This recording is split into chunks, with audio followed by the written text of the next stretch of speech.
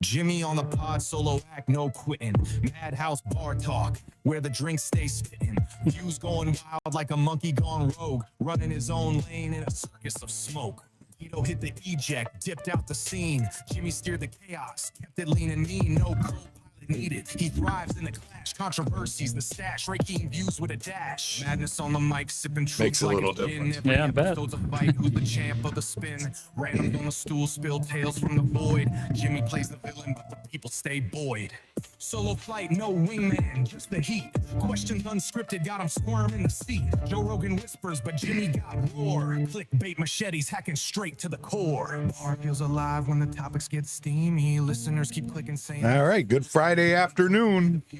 We've got a special guest today. It's you go by Thomas Hoty? Its last name is Hoty. My Hoty? first name is John, but there's a number of John Hotys, and the easiest way to distinguish it for me was just to go middle name. When I did the Google search, it brought up a funeral home, but it wasn't. It was H. It was like Hoyt. O-U-H-O-Y-T Usually if people or something. mispronounce or misread the name, it's either Hoyt, Hoity, Hoty. It's four letters, two syllables, and you'd be surprised. Do you ever play on that, Hoty? Do you ever? Yeah, I can't live up to it anymore. But back in the day, there was a window. So the reason you're on is because you wrote a book, is what we wanted to talk about. I did. You wrote, and it says it's If Anything, and it's a novel. Mm-hmm. What is a novel exactly to us dummies? Because you teach literature. Is that what you teach that? Or you teach English? Or what do you teach? I'm a high school English teacher and an adjunct professor at LCCC just down the road. So I'm teaching writing, teaching literature.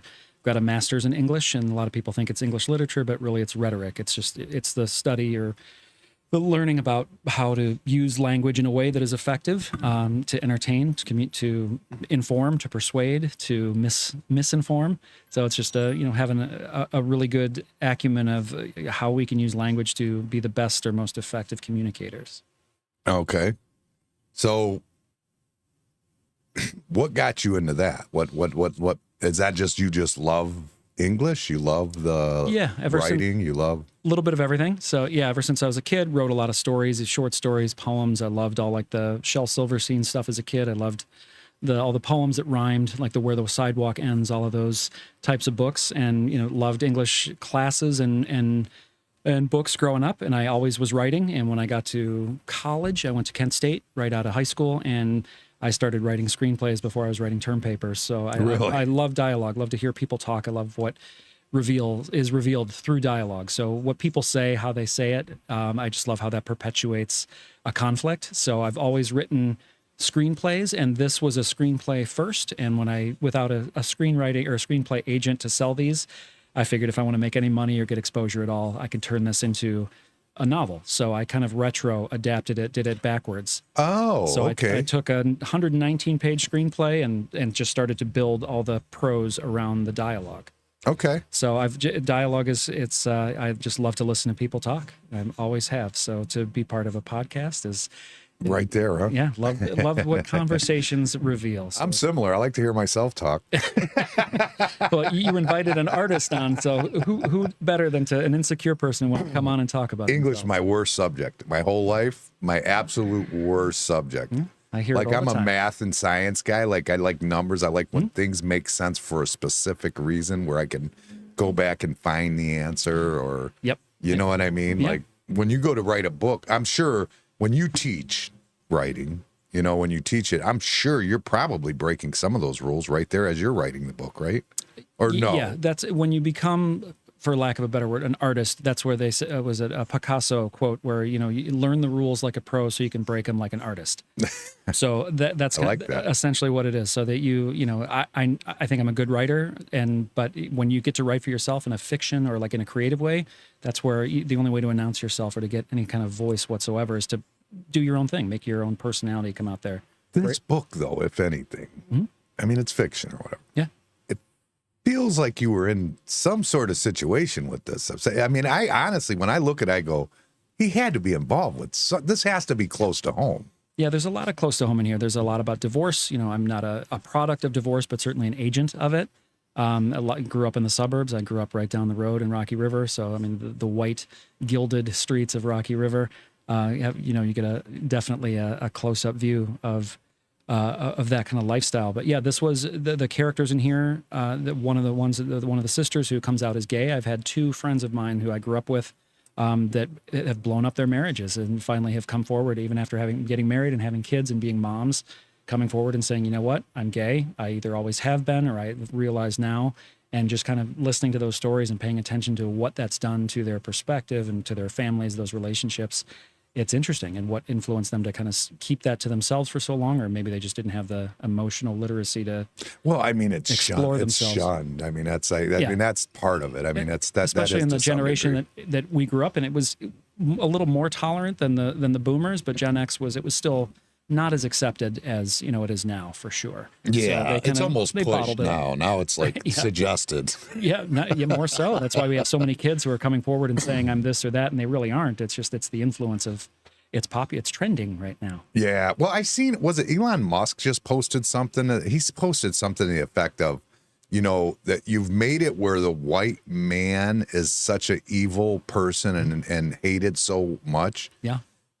That why wouldn't you, as a young kid, decide, well, I don't want to be that? Yeah, that's it's like trying to be the devil. Yeah, you know what I mean. In the '80s, the bullies, the jocks. It's like you don't want to be part of that group. Those are the bad guys. Yeah, right. Those are the villains. And Musk has I can't remember, and I'm gonna transgender. Yeah, and I know that's a problem, in his life or whatever. But I'm sure for him it's a soft spot. But sure, yeah. I mean, it would be for. I mean, any father, that's rough. You know what I mean? To deal with that, especially if you're a logical thinker. Mm-hmm. When they start saying gender's fluid and you're a science guy, that just doesn't work for you. And even though I'm an English major and I'm more on the right side, I'm still logic and science. I'm going to always kind of default to those settings. That's just the type of thinker I am. But, in terms of what you were saying about, like, if I was close to any of this, I close to dysfunction. I think I think I've got a high tolerance for that. So a lot of what I really don't feel like it's as much dysfunction though, as it is the normal, like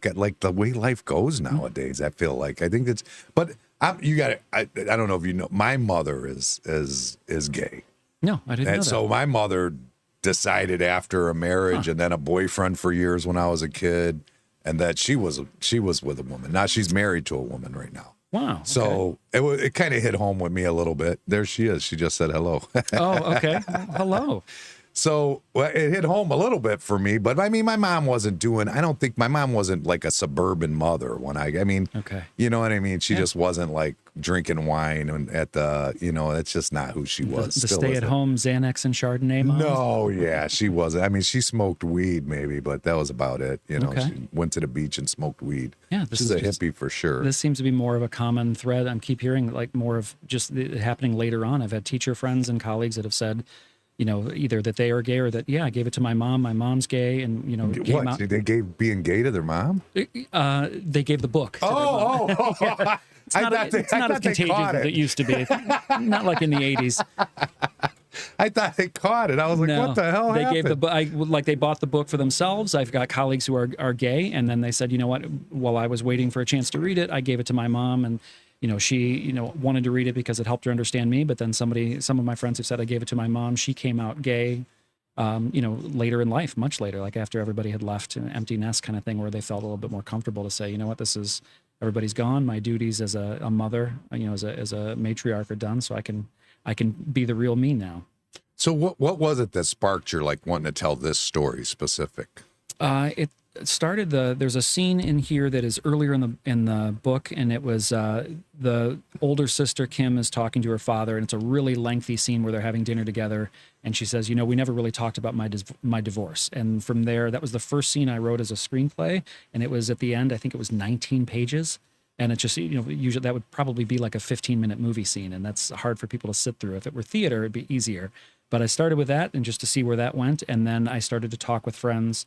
One friend in particular who, we were getting word that, her marriage blew up, and she decided to come out as gay, and she's got kids, and what that situation was like, and listening to her and learning about that, and then shortly thereafter hearing about another one, and it was too interesting not to want to write or explore for me on the page. So it all just kind of started with, I want to talk about divorce to help me process my own divorce, even after, however many years it's been, nearly 15 or whatever, probably more.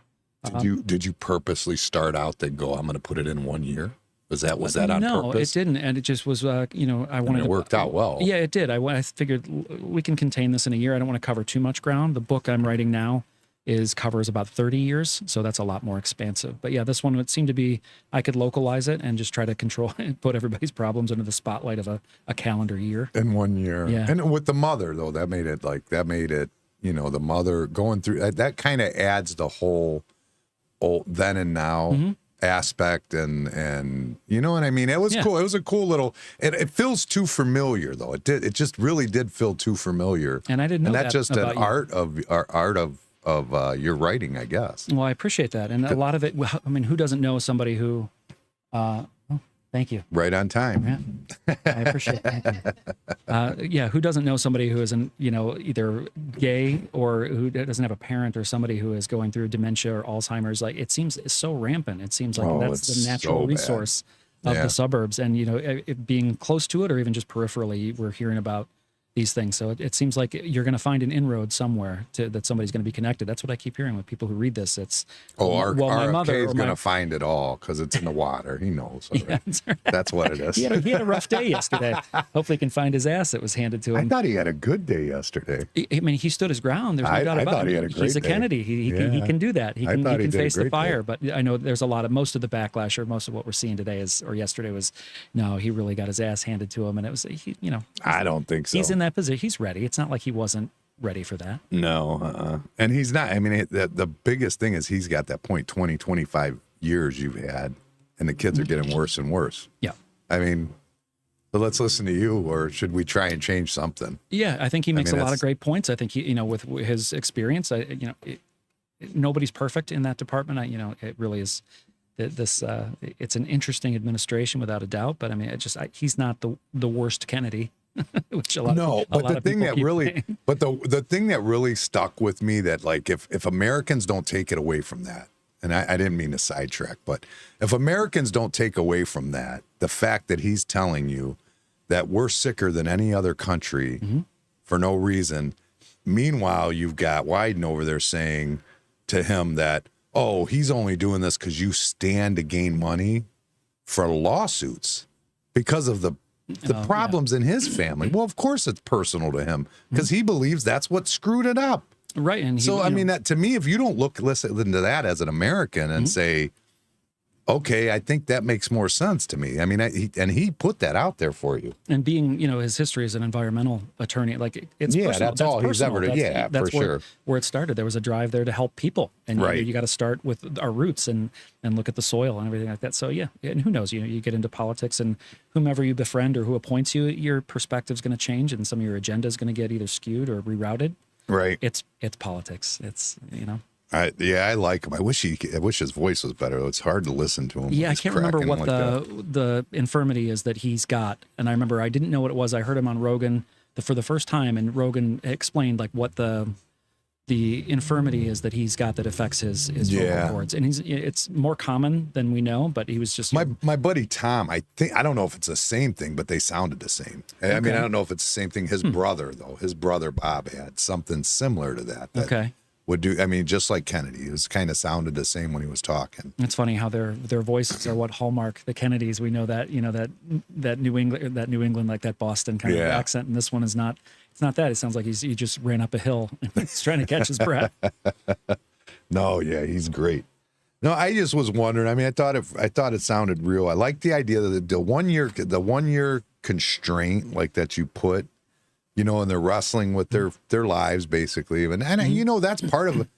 That's what made it, I guess, feel so real, because we're all doing that. We all have 10 things that are something that in your family or in your personal or whatever that you're just constantly rotating in your head trying to get your arms around. And that's kind of what you see going on there. And you do a great job of putting that there. Thank you. That was the hardest part, was trying to remember where am I on the timeline. But a year seemed manageable. I didn't have to put Post-its up everywhere for myself and remember where everything was and do the red lines. Do you do all that? No, I'm not. I don't outline like that. I do all of my exploring on the page, and I'll figure it out when I revise or when I edit. But yeah, that's a little too cerebral for me. What's the biggest rule you broke then? Like that you would have taught your kids? Geez, that's a great question. I don't know if it's breaking a rule, but most people will write a book first and then adapt it into a screenplay. But I went the other way around, and it just was more for personal. I don't want to say personal gain, but I just knew nobody would read this as a screenplay. It was personal gain. So, go ahead. Yeah, I'm rolling. I'm rolling in it now. I'm rolling in it now. So yeah, make it. Between teaching and being an author, you make about as much money as a police dog. So I'm not. I wouldn't say I'm too much. Yeah, you probably made more money bartending than teaching. I sure did. Yeah. And then that was, beach bucks, especially spring breaks were good to me. And, you get a certain network of regulars. Yeah. It was great. It was the first time I ever realized I was making real money. It was when you said something before we came up. You said something about bartending in Florida. Mm-hmm. Yeah. I was in St. Pete Beach, Florida. There was a bar called Filthy Phil's. It's not there anymore, but I was there for, I think, 3.5, 4 years. And then after the owners, they sold it and went on to do something else. I worked for another local sanctuary that was very popular down there, and just I was able to get a following. You can. It's easy to get popular on the beach, especially when you're behind the bar. You're hosting the great party every day and everything. Yeah, so right. It's easy to develop a following. So yeah, it was great. It was a party all the time, and then I upgraded to work as a liquor and wine distributor, and that's what we were talking. I've got a background as a wine consultant too, so I try to teach adults and kids. What wine goes best with this book? With this book, I would say that's a good question. It's a great question. And when I did a book signing, I hosted a book signing and wine tasting, a wine dinner, and it was a lot about what wines go with certain themes or certain genres of literature. And I would say Cabernet, it's the most layered. It's the one that most people will argue about of what all the different layers of it. And since this one symbolically is the layer cake on the cover, I would say that just because the more you get into it, the more you let it breathe, the more you're going to discover. There's more of those subtle nuances that. Was that a real cake? No, I let ChatGPT design the really. I wondered. I can't afford to pay an artist, and I think I rewrote ChatGPT is amazing. Isn't it? It's incredible, and it's also an enemy of mine right now, just because of students. Students are using it for everything, and we tell them, don't misrepresent your skill set. You're here to learn, and if you're here acing every essay, what are you doing here? Like, why aren't you off and doing better things? So it's. I did a podcast with Mark Ballard. Yeah, I know that name. He owns 89.7, the radio station, a Christian radio station. Yeah. And we did a podcast, and I said something to that effect. Like, it's horrible that, like, your doctor or your surgeon, whatever, they took all their classes while there was ChatGPT. That's scary. That's a scary thought. Yeah, who do you want operating on you there? And you know what his answer to that was? What's that? It was a pretty smart answer. He goes, it's okay. AI is as dumb as it'll ever be. Yeah. It's not a bad answer. Not a bad answer. And there's been some doctors that have come forward and said this AI has caught images or that was able to catch on to little things that I couldn't. And doctors are saying, like, this is a good thing. It may put me out of a job, but at least it's getting the diagnoses right. Yeah, that's pretty amazing. Mm-hmm. And not always, but I mean, it seems it's only going to get better. That cake looked delicious. I was hoping it was real. I wanted to know what it tastes like. Yeah, and it's pretty realistic. And I think I only had to revise the prompt 3 times to get the image the way I wanted it. But it just I was really impressed by how realistic it looked. I just wanted it to have like in the background, it could be either a nursing home or a suburban setting. It's on our screen right now. Everybody can't see it exactly. Gotcha, okay. Yeah, it's on there. It's not.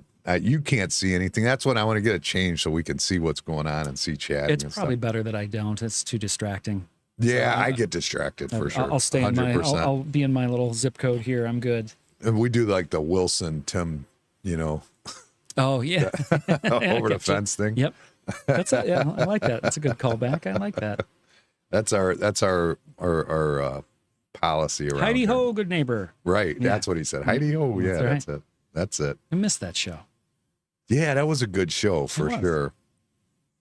So when you say when you say that you didn't draw lines and do your timeline and all that stuff, how do you come up with it? Like, what do you do then? Do you change? Does there come to, because I don't know how to write. I'm not a writer. Although I did do very good in a creative writing class in 4th grade once. Okay. Well, that's where the rules are so, that they're blurred. So it's easier for kids to feel more comfortable because there's not so many rules. It's just be creative, entertain me or tell a linear story or tell me something that rhymes. You're talking probably like 85. They didn't have writing back then. It happened. 85. And I wrote a book. My mother was taking computer classes. So let me think. If I was 85? Yeah, it has to be 85. Okay. So my mother's taking computer classes at LCC at the time. We're talking pretty much computer programming, like pretty much DOS at that point. You know what I mean? Keyboarding and all that stuff. Right. Yeah. And I wrote a book about a parakeet that made its own computer and was typing on the computer. And I don't know. It's interesting. But it did well. It did. I mean, I got a good grade on it. You don't remember where that idea came from? Well, I mean, I think we had a parakeet. My mom was on a computer. Okay. There it is. In fact, I think my mom had bought me one of these like cockatoo safes that was like in a cage. Okay. You remember those things? Sure. I think she had just bought me one of those like for Christmas or something. Thought about those for a long time. Yeah, I think that's where it actually came from now that I think about it. Okay. And my mom was in her computer classes. And I would go I remember I would go in the summertime with classes with her back, and I would just hang out at the college. They had like they called it a bar, the basement activity room. Yeah. And they had like a pool table. And then they always had back then you had Hardee's in there and stuff like that. Okay, yeah. You'd go in there and get biscuits and gravy. Yeah. So I just do that while she went to class. A Starbucks and a Subway. Yeah, Much. I could live with that though. That's how I get down nowadays. I worked at Subway. I love Subway. I remember you saying that on one of the, I can't remember who you were talking to, but one of the podcasts that I was able to watch, you were saying that something about Subway, and it was every time you guys were talking, whomever you were talking to, you had a shared history, and you were trying to remember certain places that were around back then and who you worked with or for, and the people got arrested for selling drugs out of Subway. I think that's what it was. I think it was a story. Yeah, right across the street from Southview High School. Yeah, okay. That Subway, they came in and arrested like the owner for selling drugs, like while I was there. Like it was pretty wild. Wow. I mean, I knew that he was doing it. I'm not saying I was not privy to the information, but it was pretty crazy to watch it go down in real time. Wow. When I was a kid, for sure. But yeah, I mean, they're all went to prison and they're out now. That's okay. It's all okay now. Did their time. Yeah, Paid their debt. Maybe. Depends on what you get caught for, you know. That's the whole thing. A lot of people get out and now they open a dispensary. It's like, I'll just get back into what I was doing because it's legal now. It's true. A lot of those guys that come out, the statistics of people who were put away for selling dope or weed, now they just like, I used to do this, but now I can do it legally, and they open dispensaries. Yeah, but not like, okay, so what if you're in prison right now for selling weed? I thought they were trying to make all that go away, or just trying to. Did they? I don't know. Trump was heralded for this his first term because he was trying to reduce the sentences for people that were put away for.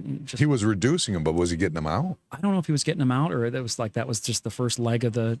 And now he just recently take it from Schedule 1 to Schedule 3? Yes, right. I did see that. I did advance. see that. Yeah, mm-hmm. Which I mean that would make sense because I mean it's no more than beer at that point. Right. If you're legalizing and letting them use it, right. You know. If you're using it, it's being prescribed as medicine. I mean, it's people can drive while they're stoned. Well, not here though. We're not even prescribed here now. You don't have to be now. It's in Ohio. Yeah, it's just. I mean, other places it is, but here it's just recreational. You could just do it. So funny. You like that stuff? I don't mess with it. It's been years since I have smoked weed or any of that. For a while, like when I was bartending, and it helped me calm down after I was working. It helped me write. I could get in the zone and really write a lot. But it's just after a while, I outgrew it. It just was one of those things. Like I would do it, and then after an hour, I'd be like, I need this to wear off. I need to get back to the way it was. It just felt like it was lingering, and I couldn't do it anymore. How many things have you written total? I've written a lot of screenplays. Nothing has come of them, but I've got a stack of them. This is the first novel, but I've got a crap load of short stories. And now, because of school, like a lot of what I'm writing, and even in school now to get another master's, I'm writing a lot of term papers, so I'm just kind of, those I can do in my sleep, but they've got to get done. So most of what I'm writing now, if and when I have the time, which is mostly summer, when I've got my time to myself, is I'll sit and I can get lost and write a screenplay. That's my first go-to, but I have to remind myself, like, I don't have an agent, so it's really hard to shop these things around when nobody is saying, hey, we've got something here. You really have to either be out there, or you've got to have a connection that is going to tie you into a producer or an actor who's going to say, hey, we can get this under the radar and get this as a spec script to somebody without, going through all the red tape. So, but that's the dream. That's what you really want. If I could write movies, I could do that from here. Like, I don't need to be out there. I spent a little bit of time going a couple of times out to Los Angeles with a friend and one by myself, and with a stack of screenplays. I was 18 and then I was 21, and it's just, and they were crap. They were not good, but at least I was out there trying to, like, with the few connections that I had, it's like, here, I've got a bunch of these things. I would get great feedback, but nothing ever came of it. I couldn't get an agent, which is the hardest part. Somebody's got to say, hey, we've got something here. We want you to take a look at it. Otherwise the doors just don't open. Are most of them more like this, like a marriage type thing? A lot of, especially right now, I think, because as you were saying, it's really relatable. So that Netflix would, I think I've been heard from a number of people that, have no reason to kiss my ass who have read this, have said, look, this makes me feel like a Netflix series, or this makes me feel like something I would watch. Yeah, something like that. Something that's more accessible because it's domestic. That's what stuck out to me. That's why I think that's why I thought he's got to be close to somebody, because it does feel like, like a Lifetime thing. And you're a guy. Yeah. I mean, that's, so it just was like, where's this coming from? You know what I mean? That's where I was expecting to get most people to push back and say, how are, as a white, like a 47-year-old white guy, how are you writing about two middle-aged sisters? Where are you in that subconscious? And it's like, I just like to write about people. Women, I think, are more fascinating. They're more nuanced. It reminds me of the expression that, men have secrets, but no mystery. And women are a little bit more layered. So it's like the cake. That's why the cake symbol worked for me. I gotcha. Okay. So that's the whole thing. But if people push back, it's like, I'm not Italian either, but I make spaghetti, I'm not afraid to try to work. Yeah, but it doesn't mean you make it good. No, not at all. And this you did well. That's the difference. Well, I appreciate that. Thank you. Thank you very much. Like I said, I've gotten some really good feedback. I would love to know that this winds up in the hands of people beyond my little sphere of influence. That would be great. But we'll see. I'm a patient guy. I'll wait for that phone call. Is this the first book you've actually published? It's the first one I've actually published. I didn't shop this one around looking for publishers because I just didn't think anybody would be looking for it. I don't think you need them anymore. I think you just do it on your own now. And a lot, I think the most famous self-published phenomenon was 50 Shades of Grey. That lady was, just she was a stay-at-home wife or mom, and it was like, yeah, I'll do this myself, and that blew up. But now with all the outlets that will do self-publication, it doesn't cost me anything. The only thing that costs is when I need to buy copies of these to sell. And I can maybe make my money back from that. But other than that, they take care of everything. Sex and murder sells. Oh, absolutely. That's just, sex and murder sells. That's why 50 Shades of Grey or any of the, I know like Grisham or whatever, he sells a lot. It's just, people love that shit. They love to sit around and read murder stories. It's good escapism. The things that scare us are the things that we want to get out of these, these domestic chains. It's like, get me away from here. Let me read somebody else's problems that aren't mine. So do you ever write anything comedic? Absolutely. You do? Yeah, I try to put, if it's not a comedy. Not that there's not funny parts in the book. I get that. Sure. But like a true rom-com or something. Lots of stuff. That is I think, where my heart goes right away is I want to be able to laugh at something serious. So it's usually going to be a comedy with dramatic undertones, or if it's a drama like this, it's going to have comedic undertones, or just ways to remind ourselves, like, you can't take yourself too seriously. Right. So yeah, I've always, growing up, comedies were my favorite, that's the way I would love to go. What's your favorite movie?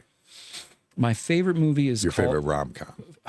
Rom-coms are tough. Just overall comedies. I love Night Shift. Do you remember that from the early, The screenplay is great, and those two guys that wrote that script wrote Splash and Parenthood and City Slickers. Those guys are just great comedy writers. They were the head writers for Laverne and Shirley, so they knew what they were doing. But yeah, I loved movies like that growing up. For you younger people, Laverne and Shirley was a show. It was in color. That took place back in. It was not unlike this book. It was two women. Yeah, that's right. Yeah, it was Milwaukee. Was it Milwaukee? Together in Milwaukee, and they were working at a brewery. Yep, my mom. And they had Lenny and show. Squiggy around. That's right. Yeah, my mom loved Laverne and Shirley. I did too when I was a kid. I liked that. And I grew up. Three's Company was growing up as a kid. It's like that was great. It was just, you didn't have to take it seriously. It just made you laugh. But I loved Cheers. I loved all the characters. It was all one location. They were funny. And, the dynamic shifted every week. It could be a story about just one person or the whole group. My dumbass bought a bar over watching that show. You just didn't want to leave the stage. That's good. That's all right. And if that's ever on, it's streaming now. It's hard to turn that off. I just love it. It's great writing. It's funny. Yeah. And they mix the humor and the pathos really well. So yeah, it's stuff like that. I loved those types of really smart, funny stories. So when you're writing a screenplay, you're hoping for you're hoping for the movie screen, not plays. Basically, it's not playwrights. It's actually like you're looking for the screen. Right. It's like, I'd love to write poems, but there's no audience for it, and I'd love to write a play, but depending on the scope of it, and if you're not writing the next big musical, people are going to look the other way. It's just another drama, So movies are going to likely get a bigger audience, but yeah, this one I don't know if it would be a big screen. I don't see people paying money to go see this in the theater, but if it were streaming, I could see people saying, "Yeah, I've got 90 minutes." This seems relatable. Could see that. Oh yeah, I could see that for sure. Yeah, kind of like Hope Floats or something like that. One of those that you grab something like that. On a Sunday, you just kind of see it and you go, that's pretty good. And you start watching it. Yeah, that's perfect. This would be a Sunday streamer. Yeah, for sure. I agree. Yeah, I agree with that. No, it's got that Lifetime vibe. That's why I was shocked that it was coming from a guy. Yeah, that's all right. I guess that I take that as a compliment. That's all right. Yeah. That was it. No, it's a good job. It was a hell of a job. Thank you. So the big screen is the thing. You've got a big stack. You haven't got anybody to buy a movie yet, and this is the first book you published. Yeah. You got big dreams then. Yeah, I do. I think as a writer, of course. You don't want to just be a North Ridgeville teacher?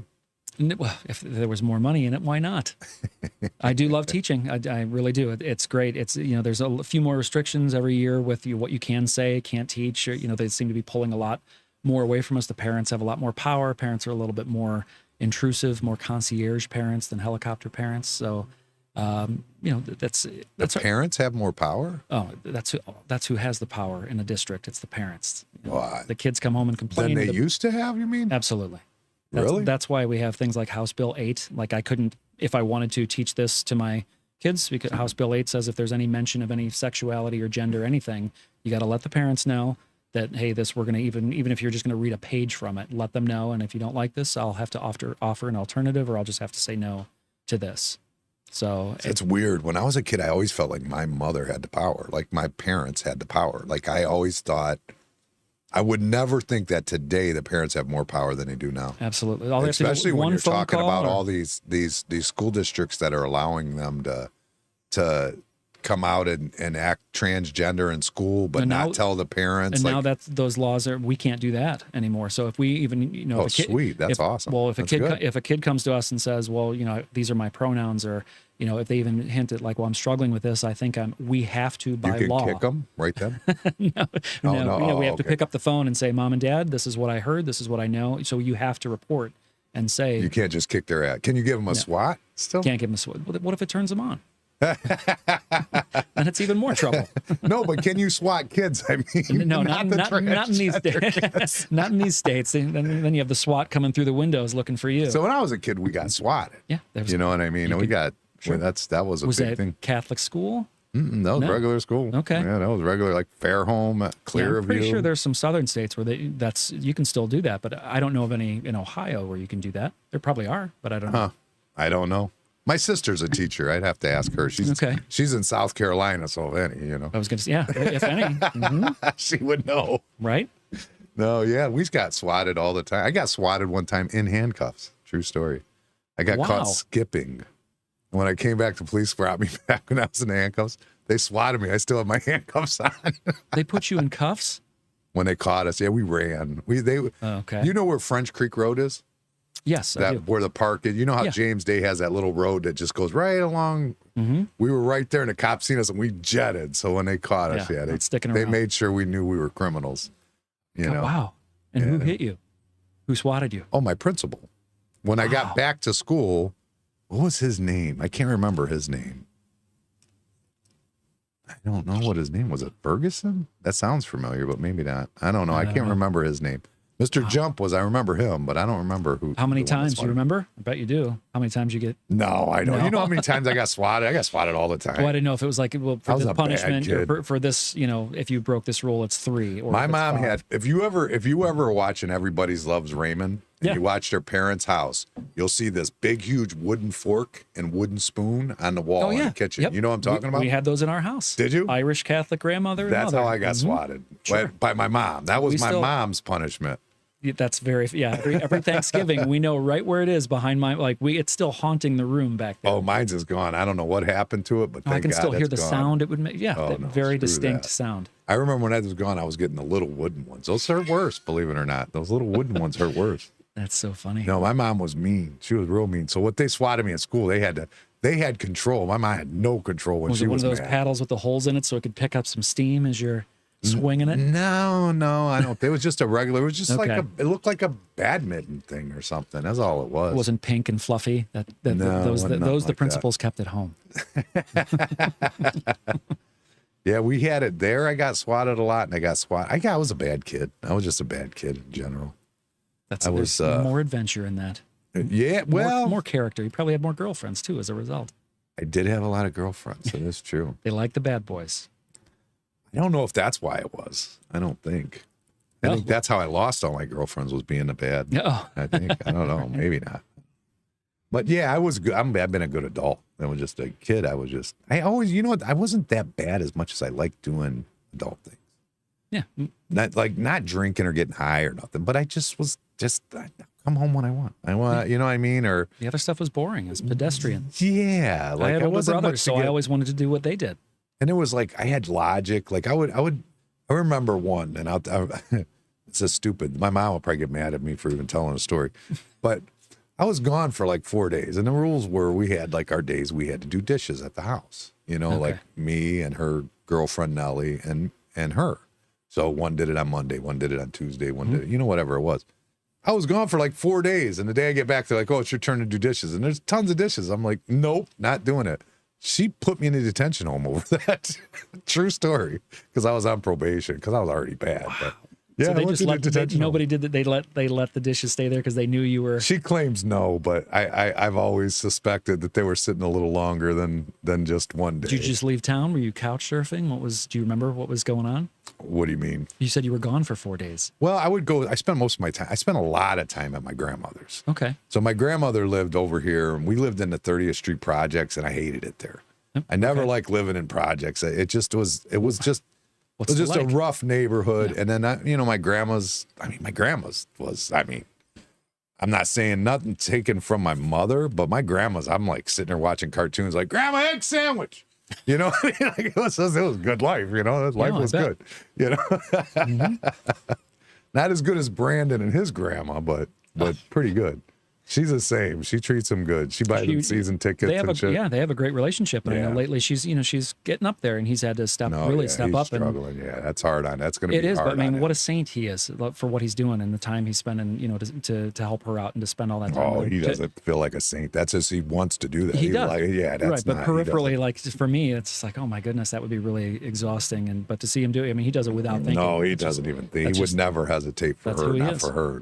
No, that's same with my grandma. His dad's the same way. They're those type of people. So that you want those people in your life. Yeah. Oh yeah. Brandon's good people for sure. He's a dick, but. And he sat in this chair. Is that right? At one point? Probably. I don't know if it was. No, probably not. No? Okay. I'm trying to think. I thought when he first told me about you, I thought he said that he had done this once. He has, but not there. Oh, that was originally we had a whole different studio. It was all different. We had like those little webcam things. Oh wow, okay. It was all generic back then. Back in the infancy. Yeah, and then we had those. I don't know if you the Lorain County ballots. Do you remember that?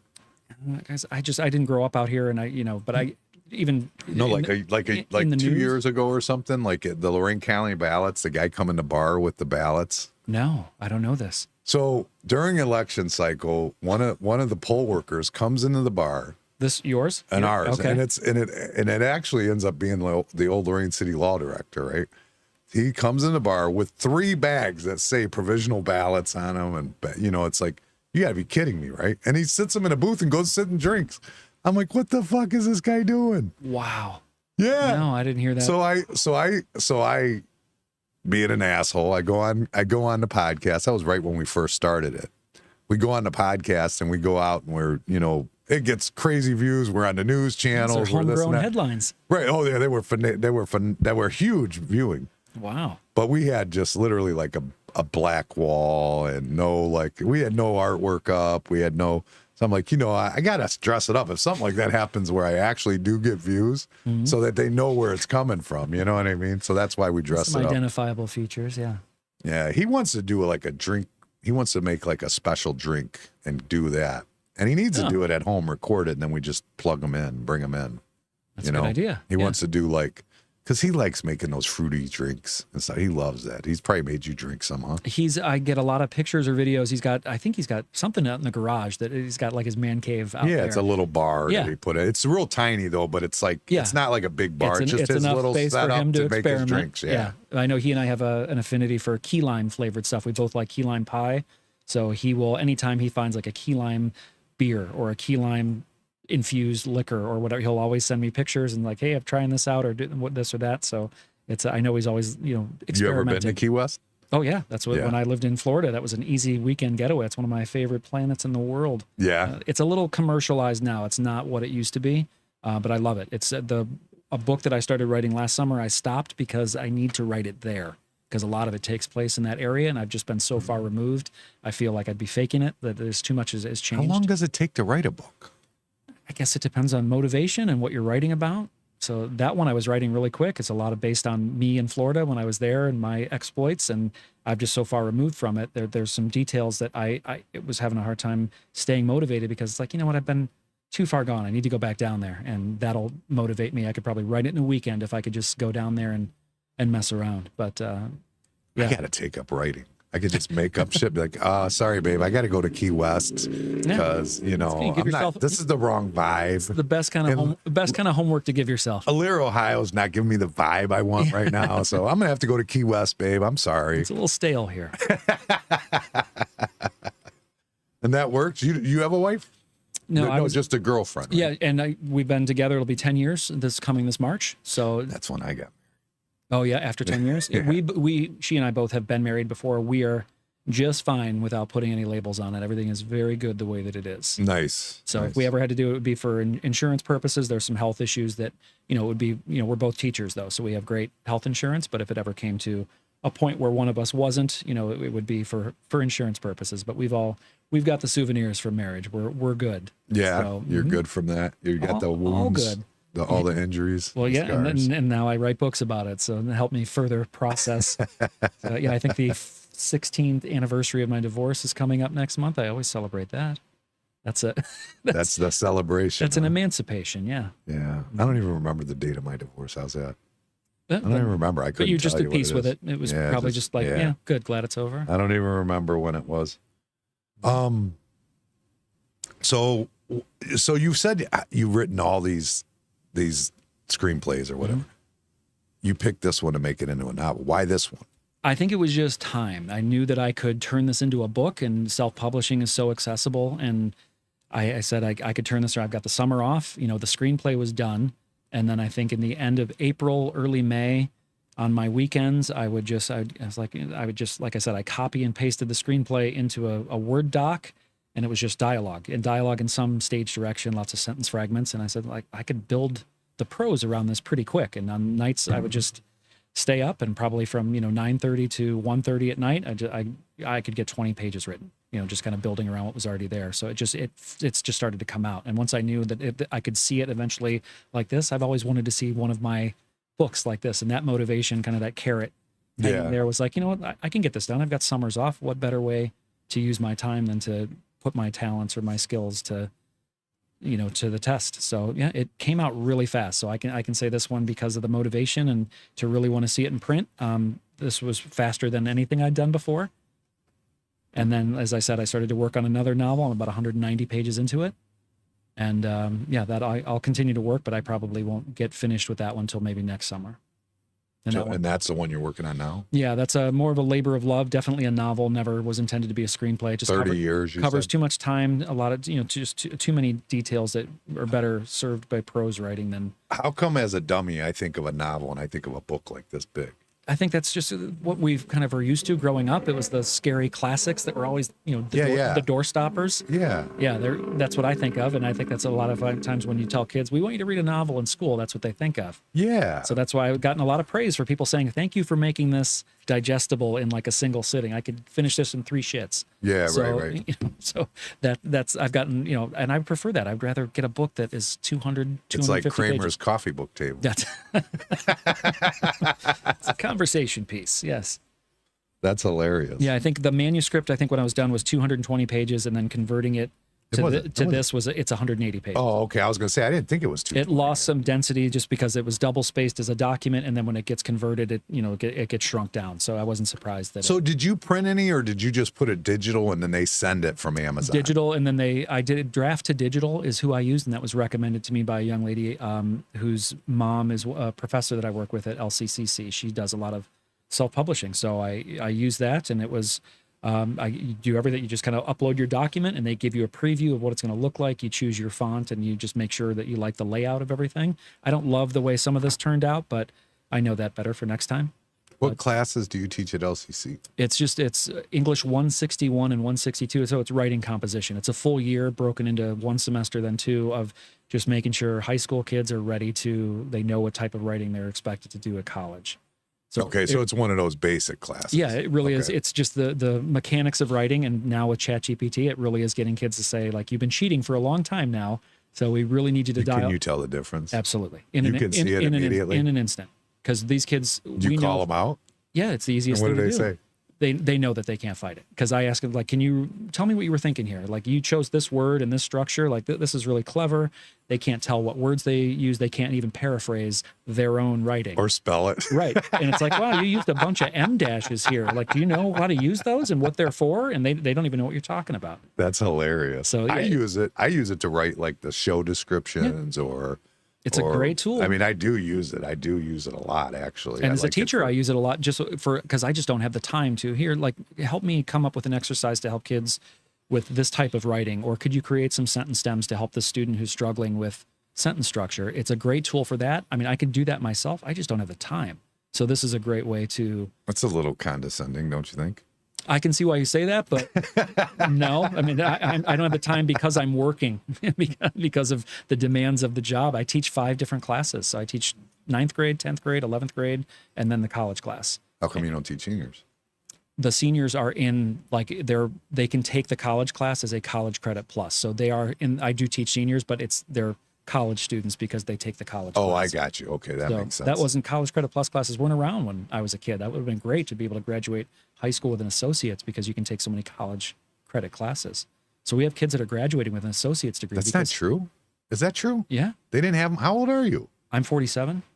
You sure they didn't have them when you were a kid? When I graduated high school in Rocky River down the road in 96, and that was not a thing. I remember a kid that was taking college courses in high school. Was he gifted? Yes. Yeah. I mean, that's not... A lot of times they have those accelerated programs. This kid doesn't belong here. And rather than let him spin his wheels, let's just... Yeah, a lot of times there were those, not loopholes, but there were those extended learning opportunities for those kids. But now just any dummy can go do it? You can sign up for it. They're free as long as you're taking it through the high school. You know, LCC is my boss when it comes to that, and I don't have to deal with principals and parents, which is great because of FERPA. The FERPA laws. I don't have to deal with kids that are their parents. What are they? What are they called? FERPA. What is that? It's an acronym, FERPA, and it just means that once you are taking a college class or enrolled as a college student, you are considered an adult. So I do not, as the professor, have to share any details about the grades or the class with those kids' parents because the student is the adult. But if they sign a FERPA form, that means I can talk to the parent about, well, your kid got a C on this essay because otherwise if a parent wants to have a conference with me, it's like, I'm sorry, I can't talk to you. They didn't sign the form. Really? So, yeah, it's a great way to have to, put the responsibility on kids. Why would any court system or any lawmakers decide parents shouldn't have any say in a kid's life? It's not a kid. When you're a college student, if you're 18 and you're taking courses. Well, if you're 18, but if you're 17. If you're mature enough to take a college course, why not try on the maturity of being, having the adult responsibility? You can be smart and mature enough, but that don't mean you still don't have life lessons. That's the reason you're waiting is for you can life still lessons. it's sinker, throw them in, see if they can swim. Yeah, I don't like that. The umbilical cord's got to end somewhere. No, my kids, as far as I'm concerned, I think they're okay with their umbilical cords right where they're at. Well, how old are your kids? 36. Are they in like a Johnny Jumper somewhere around here? But no, they're out on their own, right? I have 3 adults and then one 12-year-old. Okay. Yeah. But yeah, I mean, these are kids who really, like, we know all the data's in. These kids are not maturing socially and emotionally like they used to. So it's good for them to get some experience. And if they, if they need the support, it's like, here, sign this form. I can talk to your parents, but it's a nationwide FERPA is a nationwide thing. Colleges have to adhere to it. So, I mean, well, like I can't imagine either any of my kids, and whether it's my kids I have with Jen or my kids that I have with Amanda, or I mean, I just can't imagine any of them that their mother wouldn't have said, you're signing that. At that, you are signing that. I've got a number of kids. Story. I tell them at the first day, I was like, some of you're going to want these. You're going to sign And if they don't sign them, it's like, look, I still have it. You can still sign it. But because of the law, you have to sign it before I can. Oh, no. My ex and my current wife would give them an offer they couldn't refuse. Yeah. They're going to sign that. I've got no problems, but I don't mind. Most kids don't sign them, and I just talk with them if there's an issue. But yeah, if a parent ever comes in and says, look, I really need to talk, and so yeah, that's no problem. That's fine. But at least I admire when the kids just try it themselves. Yeah. So are you a cool teacher, or are you one of those? What are you? Where do you rate yourself? Is there a cool scale? I don't know if there's. There's a cool scale. Like Miles Davis and then Paul Giamatti. I like that. I like that. I think I'm pretty cool. I think I get a good reputation with students. I think I would want to be the kind of teacher that I would want to have. So I think I'm empathetic. I think I'm lenient. I think I'm accommodating. And I want kids, and writing is hard. This is what kids are struggling with most, because most of their writing is texting and there's no format, there's no mechanics. So to try to get them to learn that's why they're leaning on AI tools so much, because they don't want to do it and they have something that will do it for them. So to try to get their attention. None of us wanted to do it, and if it's that easy. Well, right, and I'm a writer and I don't want to do it. It's like having homework for the rest of my life. So it's I'm going to write a book with ChatGPT. A lot of people are doing that. It's a great idea. I used ChatGPT to edit some of my, like I would ask it just to like look at this chapter, is there sentences that could be better or whatever, and sometimes I would take the feedback, and other times it was like, no, that's way off. I don't want that. That's not my voice. That's not who I am. So as long as you do the work first, then AI is a thought partner. That's a good I should write a book with Grok Unhinged. That would be great. I would love it. And I haven't used that one yet. Have you played around with that one? I did a whole podcast with Grok. So tell me about, because I've heard of it. I just don't know anything about it. It's you can talk back and forth with Grok. Okay. So you just you don't have to type, or you no can typing. Okay. Just sit there and talk. And this is Musk's platform. Yes. Yeah. Okay. But they have different modes. Like you can have therapy mode, or you can have relationship mode, or you can have unhinged. That unhinged, that bitch is sick. I think she would make Charles Manson cry. Like she will say crazy shit. Okay. Like she literally is like, let's just take over the world. We'll chop their dicks off and feed them to them. Okay. Like and she's crazy. Free? Is it free? Yeah. And there's different tiers. Probably you pay for more and you get more. I don't know. I just have the one. I don't know. Yeah, I don't know enough about it. There might be something you pay for. I've never had to pay for it though. Yeah, and I know there's still ChatGPT is free, but there's tiers that it's like $20 you get plus, and then there's more tier. You can pay more and get. It'll do it'll do everything for you. Like what? What will it do? I imagine I think it just will offer more, like you can attach documents, or it will do more images, or more, it will just do more. Oh yeah, you have limited uploads. I know I don't have that problem because I guess I don't do enough of them, but I know we just were putting in the hot tub. And when I bought it off a friend who's moving, and when we moved it, we kind of broke one of the panels, and then we were looking to try and figure out what the thing's doing, and like easier than looking in the book, which we have. Just take a picture of the model number and go on ChatGPT. Wow. Well, then nice. Amanda's wondering, what's this for? She take a picture and send that. Take this picture. My wife is Amanda. Mm-hmm. So she's taking pictures of everything. What's this for? What's this for? And eventually it told her that she had uploaded too many. She has to wait till the next day or something like that. Interesting. Then it wasn't a lot. I mean, it might have been like 5 pictures or something, but I've never reached it myself. Yeah, I think that's what it's great for. That's a great tool. It just kind of helps you. Oh God, yeah, it's simple. Instead of you don't Google nothing anymore. Yeah, I know Google has kind of embedded their version of AI into its, like now you just kind of are dealing with that. But yes, some of the. My last podcast was with the attorney Matt Mishak, and the state representative Joe Miller. Okay, yeah, I saw that you talked to a lot of that. I think they were coming in, and that's what that was all about, was AI. That whole thing was based on AI. They had just came back from Vegas, and Matt Miller's was there a convention, a convention or something that they went to? Yeah, some kind of big major thing. I forget what he called it. I can't remember, but he's doing a class at LCC. He's going to teach. I think it's. Oh shit! Did I miss it? I don't know. It might be Monday or Tuesday. I don't have to look. It's coming up right around the corner. And he's teaching I think he said it's like a 3-hour class, and he's been spending like the last 3 years, just diving in that, because he does all his attorney work with it. Wow. Okay. He's doing, not all of it, but most of it. I mean, he's taking pictures of dockets and like, you know what I mean? He's just making those changes, you know, whatever they tell him. So I'm wondering if those paralegals are going to be around much longer. No, it seems they're like this pointless. This can do point. all of that. Yeah, right? and it can do it. Not only can it do it can do it in seconds. Right. It's not. Blink it's not of an even eye. just that it'll do it. It does it instantaneously. Yeah. You know, like that would literally be worth half of what they're paying. You'd still be saving money. Yeah, I have a feeling those roles, those paralegal positions are going to. A lot of positions, I think, are going to be like that. I got a feeling teachers are going to disappear. We're scared. I mean, I would think that you could go in a classroom and just learn from AI. Why not? A lot. I mean, the kids that are doing like credit recovery classes now. I mean, it's not AI, but they go to a screen and there's no teacher. It's just they click their way through and they try to learn from what either they didn't go to class or for whatever reason they failed the other class. Yeah, I mean, it's if you can click your way to a degree or to a diploma, like it's going to be their AI systems. Like, here, we're going to walk you through and talk to you about what we want you to learn, no matter what the topic is. Put somebody right at that screen in the front. And, I think that's going to happen. Oh yeah, sooner than we. I mean, teachers want it to, but yeah, we're scared. We know that's very wild. likely. Mm-hmm. Somebody's got to work eventually. Somebody's got to earn money, because if they don't, right, and there needs to be those personal touches that kids need, some one-on-one. Accommodations or the human touch that only we can provide, at least for now. But yeah, I think there's going to be enough that AI is going to get good enough. It can do it. I'm going to pause me for a minute here because I got to use the bathroom. It happens. So if you want to tell them something, you can. Oh, we're still going? You're still on. Okay. Because it's all live.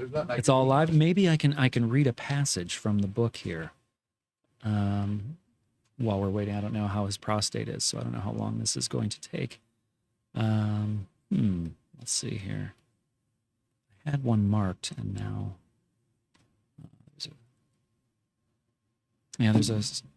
that one wouldn't read so well. It's better if you see it for yourself to see the format of the way that this one character lays out her blog posts. I wouldn't do it justice just by reading it. It'd probably be better read by a young lady who could do it justice. Let's see here. The nurse waved him in like he was early to something worth attending. She's in the lounge, Mr. Sullivan, painting again. He nodded, too stiffly, and walked the familiar hallway without really seeing it. The scent of bleach and lilacs clung to the air like someone was trying to mask death with spring. On the walls, cheerful paper sunflowers and laminated menus declared Friday Fiesta Day. Hank barely registered them. The facility was clean, kind, and overdecorated to cover up the fact that it was a heartbreak factory. More pretending. Just reading a segment. Wasn't sure. Like I was telling you, I don't know how your prostate is, so I didn't know how long to expect that you'd be out. Oddly enough, it's funny because I just came in and I get a text from my wife that says, "Laugh my ass off." He just said, "I don't know how well it's prostate." Oh, there you go.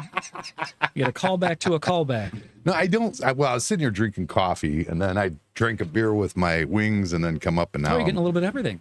Yeah, so I've put a lot in me. So, but my prostate's probably not doing that good. I'm old. You know, what are you gonna do? They say you're supposed to go in and get it checked however many times. I don't know. Yeah, that's bullshit. I don't know. And I'm green. I don't think it's bullshit. Actually, my brother-in-law just went through that. Oh, okay. For he had cancer, and he was young. He was like 41 when they found it, but he was having issues, so they had to do it. And that's too young. Yeah, wow. He's had it, and it just came back, and it's in his liver now, and he's oh my god going through. Yeah, my brother-in-laws are fucked up. One's got cancer, and he's fighting that, and the other one just feet stopped working one day. It's just crazy, and that's like total opposite ends. But one's my sister's husband, one's my wife's husband, or what? No, my wife's brother. I'm my wife's husband. I smell a competition.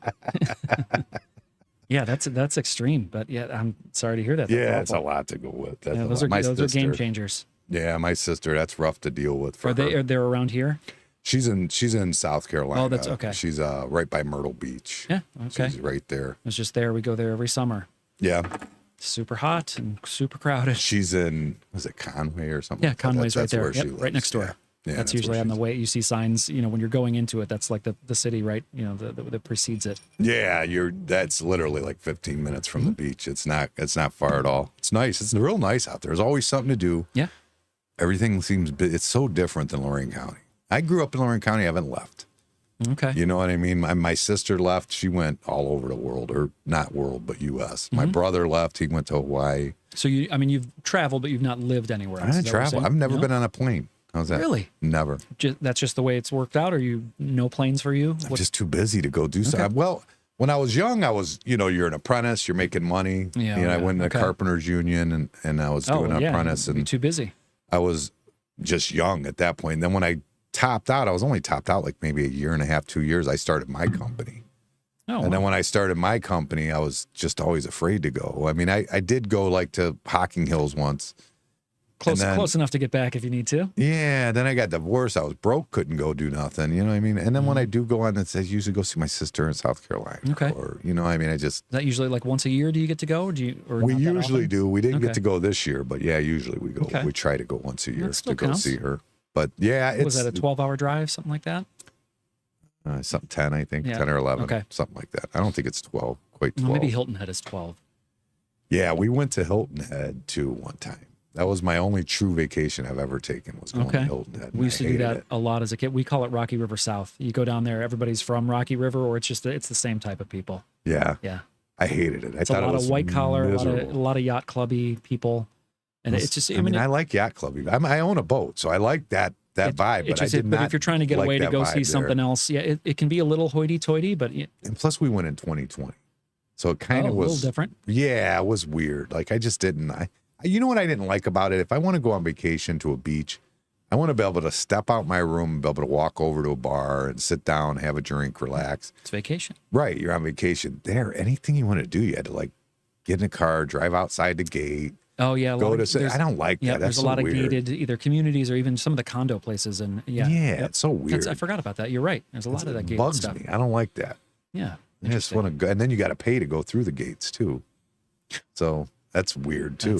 Too much. Yeah. Yeah, I didn't like it. I didn't care for it too much.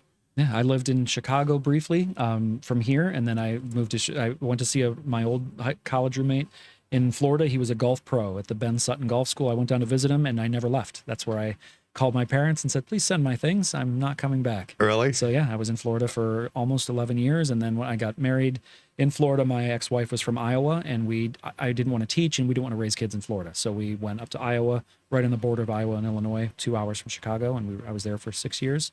And then when the marriage didn't work out, I still hung around for 5 years, wanted to be there for my daughters. And then I just couldn't do it anymore. I was just running on empty. I was really struggling socially and emotionally. And I was like, I got to go back home. My family's there and love of my life is there. So just came back this way. So after 17 years, came back. So, you ever seen a Californication? I love that show. That is my favorite comic. Hank Moody. Yes.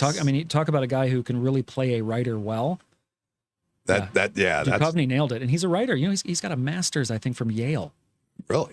In like poetry or something. I mean, he's a legit writer. So I always like when writers can play writers, or at least a good actor can play a writer well. That show I thought was one of the funniest things I've ever seen. So funny. I have so many of his one-liners in my notes. Like they're just too funny to not reshare.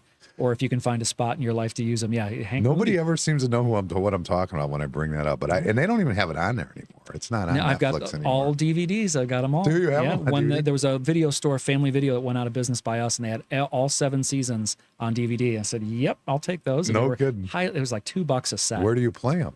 I've got a DVD player. It's like I don't take them to school. A lot of them just play up here over and over. Yeah, I remember not thinking I would like it, and I couldn't stop watching it. Me, that's the same with me. I thought, whatever. I just threw it on one day. I was still living in Iowa before I'd moved back, and I think it was on Netflix or. Yep, that's where I seen it too. That's where I was like, oh, it's free. I can go through it, and I could not stop watching it. No, I think to me that's some of the best. And when you bring up the comedy, I'm like, he's got to like Californication. Just the stuff that it just seems like that's right. That seems like the right ride. He abused him. He was pissed off. He sold out. He took it out on himself, and it was great. How come you never thought about just producing one of these yourself? Like a screen, it takes some capital. And does it really to do something like this book? This book doesn't feel like it would take a lot of capital. Even to do with it does though. I did do like a film school. Dove Simmons is a guy who taught Spike Lee. He taught Quentin Tarantino. I did one of his like weekend film schools, guerrilla style, and he said, you can make a really good independent movie for about $100,000, and that's usually what a movie costs a day. for, for even if it's like an independent movie, but with more. What would cost $100,000? I don't get it. Oh, it's all kinds of below the line, above the line costs. There's all different. It's interesting, the things that you don't think of or aren't aware of. It's like, oh shit, yeah, there's that. You got to do that. You got to get permits. You got to get the camera equipment, the editing equipment. And now that you can shoot digitally, it's easier, but it's still pretty expensive. And I could do something, but again, it would be finding the time. Could I do it over the summer? Yeah, I'm sure I could shoot it over the summer, but making it... You could shoot it on an iPhone. That's a thing now. Yeah, absolutely. Steven Soderbergh shot a movie on an iPhone. Yeah, he's incredible. Now. You can edit it quick and it's cheap, but it's organizing. Like, you got to get actors, you got to do auditions, you got to do all the choreography of scheduling, and that takes a lot of time too. Yeah. If I had a team, I would love to do it. Doesn't seem right. And with iPhones now, it's probably quite a bit less, but still it's expensive. And if you want anybody to see it, that's really where the money comes in, because you got to pay to get into festivals, and if you want to do any sort of ad campaigns, to get people to really help you out. That's why I was told, talk to a guy who's a best-selling author, and he said, well, you need an ad campaign, and I can get you plugged in with somebody who's 10 to 25 grand a month. I feel like that's the wrong answer. I feel like you should ask ChatGPT. The problem is that when you do the campaign for you, or just to do it for what's the correct way to get it noticed? Or this is my budget. Yeah. Give me some ideas for yeah, that's probably a good idea. Yeah, I think ChatGPT would give you your answers, and I think that for free. And honestly, a lot of times, like you say, that someone who taught Quentin Tarantino, they're playing by a whole different set of rules. Things aren't the same no more as they were. Right. And even those filmmakers we love them because they don't play by their own rules. But yeah, even the rules of filmmaking have changed. Absolutely. And marketing. Everything has changed. So, I mean, you don't know. You might reinvent the wheel when it comes to marketing it. I mean, YouTube's a game changer. Everybody's watching YouTube now, almost more than they're watching anything else. Yeah. So, I mean, I wouldn't see why you couldn't get it. If you could just get it produced semi, you know what I mean? Yeah, I've got a friend of mine who I met a couple Fridays ago, and he just did a short film and did it all himself. But, talking about just the logistics of making it to the day that they started shooting, and then after that, spending all the time editing. They just won first prize at a short film festival in Cleveland, and they're taking it on the road. And, I hope he does really well with it. So yeah, my daughter has some friends in that business, because she did a movie worked on a movie called Fire in the Sky that was produced from around here. That was like from the late 80s? Was that? No. The Alien movie? No. It's a different one? I think that's what it's called. I could probably look through my I know titles aren't trademarked, so it's likely there could be a couple of movies with that title. I just remember the one. I think or was it Fighting in the Sky? Okay. Let me look and see here real quick. I can look on my Vudu because I have it on there. Or it's not Vudu no more. What's it called? Fandango. Oh, Fandango. Okay, that's right. So she worked on it. She was in it, or she was part of? She was in it a little bit, but she was talking about gaffers and stuff. Like, I didn't know any of that stuff. I had never heard of that stuff. And gaffers. She went and hung out in California for a little bit when she graduated. Okay. Did she intend to stay out there? It was just more to kind of go and see what you can. I think she intended. Learn? She moved out there with a boyfriend, and he was going to the American Acting School or something like that. Something like that. Sounds like a real thing out there. I'm pretty sure that's what it was called, but I could be wrong.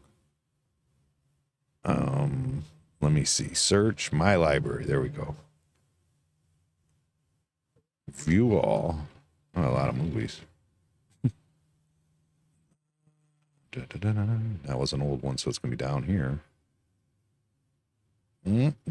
I think it's called Fire in the Sky. I think that's I'll find it. She just does a little short thing in there, but it is Fighting the Sky. Fighting the Sky. The Sky, not this guy. The Sky. Not a domestic abuse tale. Is my language that bad? No, just making sure. If people are looking for it. It's right there. Fighting in the Sky. Okay. Fighting the Sky. Yeah. Fighting the Sky. Hour and 37. Look, that's a legit feature length. 2018. Okay. Yeah. She was working on it well before 2018. I don't remember when it was exactly, but 2018 I owned the bar, and she was working on it probably a year and a half before that, something to that effect. Yeah, a lot of those, even if it's a independent, they can be time consuming. There's a lot of elements that if you can't control the weather or equipment, you might be shooting for a long time. So sometimes, but he was just a local guy. I look at that. I go, I doubt he spent $100,000. Yeah, I'd be curious. Sometimes if you go on IMDb, they will let you know what the budget of a movie was, whether it was, if that's a movie that if it's on IMDb, it will tell you what the budget was. Yeah, I mean, you could buy it on Vudu, so I would think it would be. I would think so. I would assume. I don't know. But I mean, I would try that. I wouldn't. Why not? Why not try it? It seems like it would be fun. I think do so. at It the also very seems least. like it could be a lot of headaches too, especially if you're first time.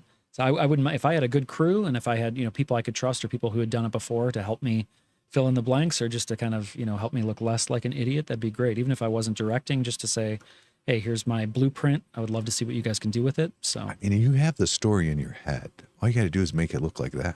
Well, right, and I've already written it as a screenplay, so a lot of times that's what the process is. How do you make this cinematic? How do you make a book a movie? And there's a lot of that gets lost in translation, so that's why a lot of times movies and books are What if we do different. like a Saturday at the bar? We all like free drinks for everybody that participates, and we just shoot the movie in the field real quick. You had me at free drinks.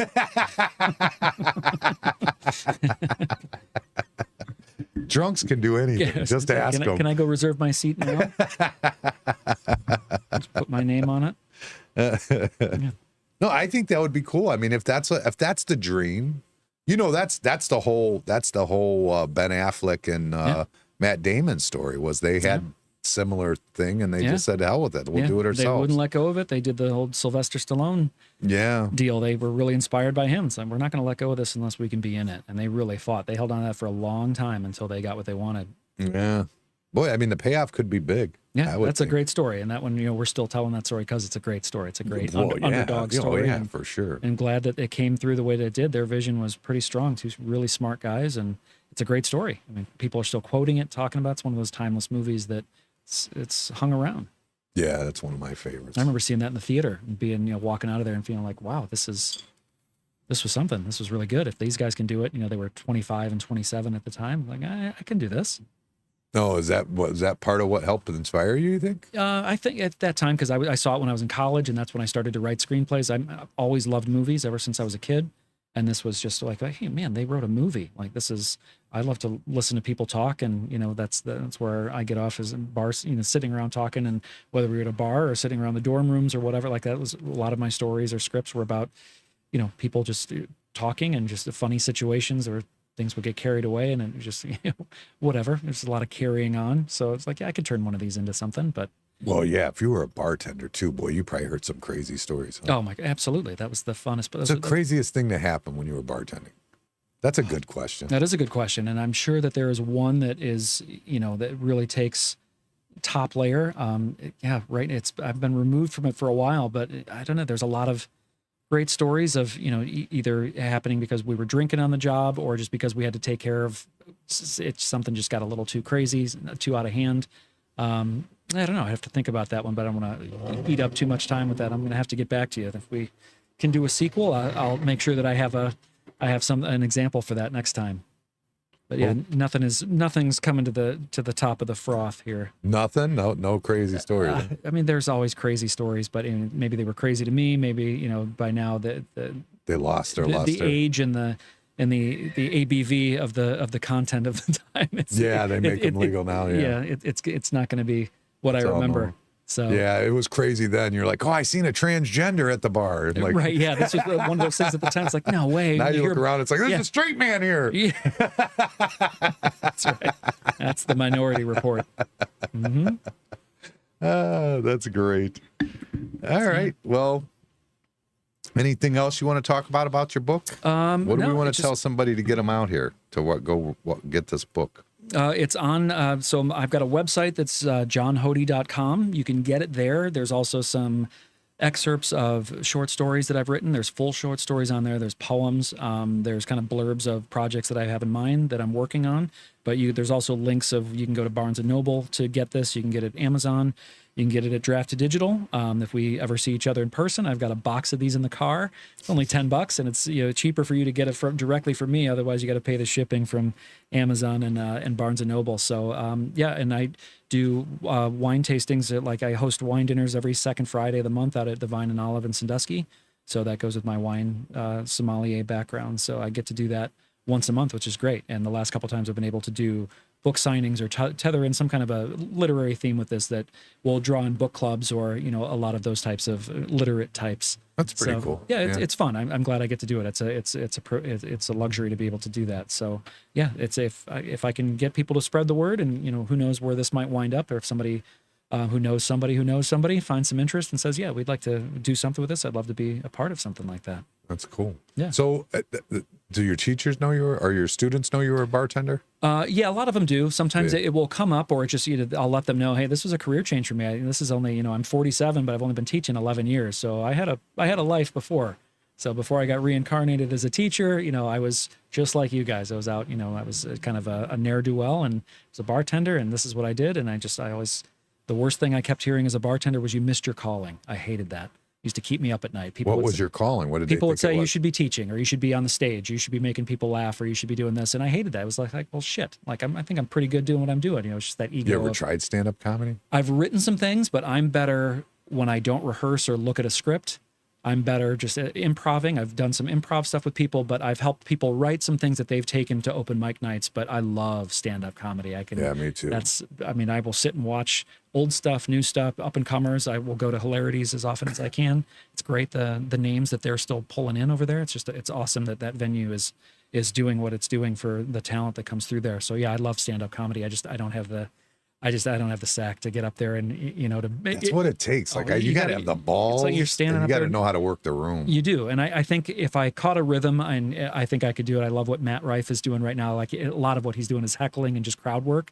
I think if I could just do that, and I think I could survive for about 25 minutes or so. But other than that, you're standing up there naked.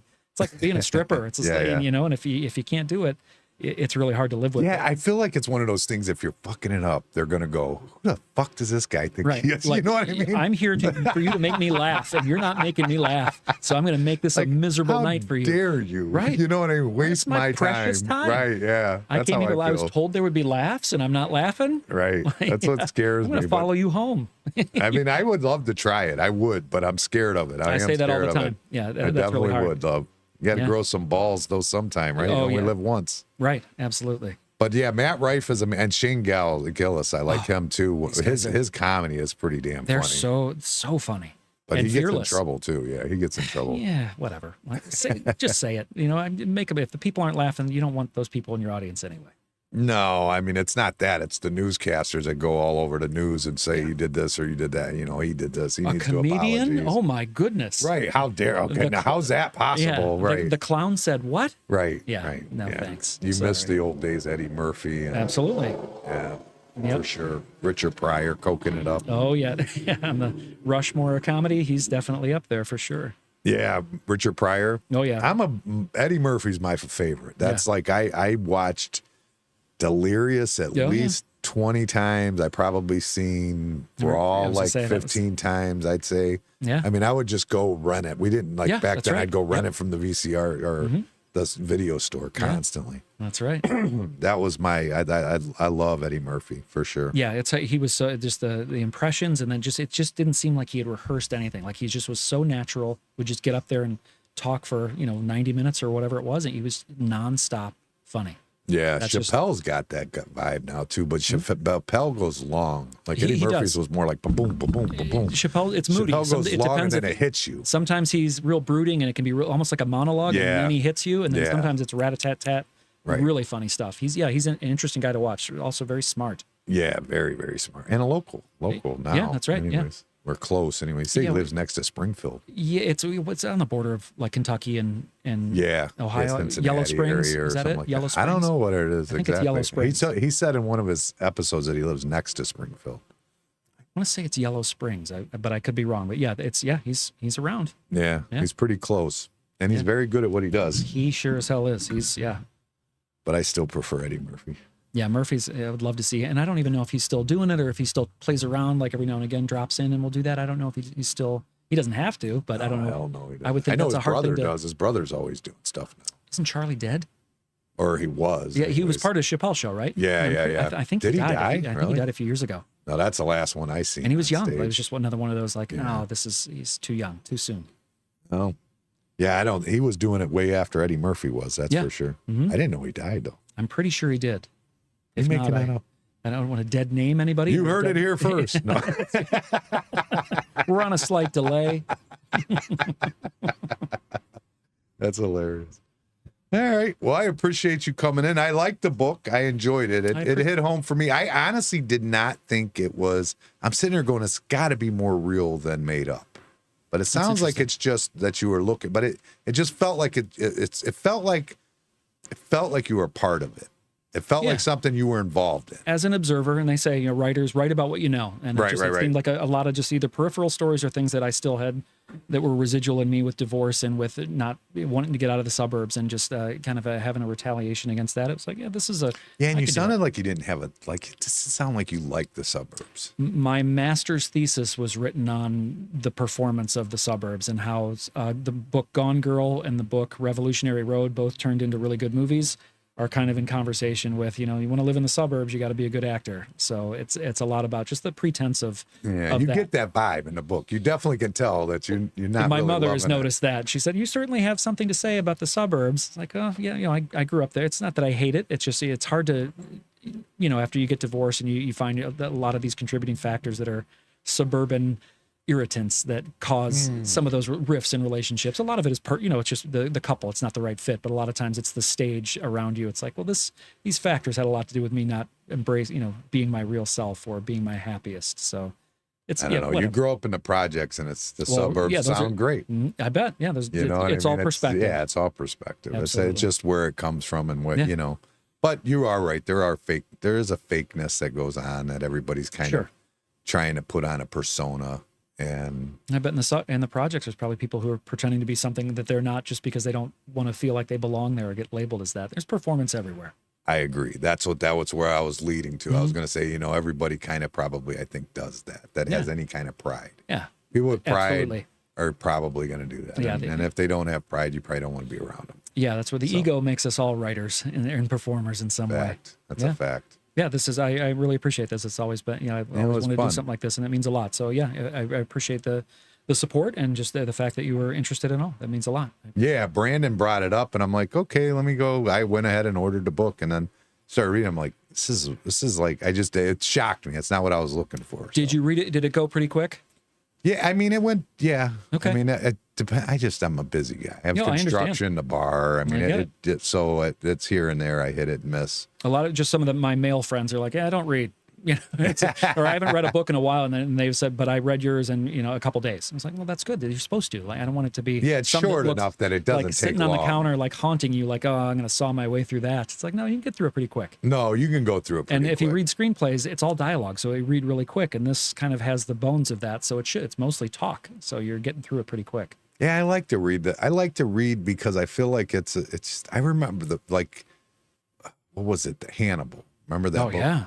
That was like the first book, I think. I mean, Outsiders was okay when I was a kid, and everybody would go. That in my classroom. Kids love it. Yeah, kids. Everybody says how great it was, and it reads quick. It's another one you can sit down and. When I read Outsiders, I thought it's all right. What's the big fuss about? That's how I felt about it. Yeah, well, at that age, when you probably first saw it. I mean, that's how I felt about it. It's just like, what's a big fuss? But Hannibal, oh my God, that was like when I read that, I was just like, I couldn't put down this monster book. Well, right. When the bad guy is the focus, it's like, yeah, I want to hang out with this guy. Yeah, this is the more interesting character. Yeah.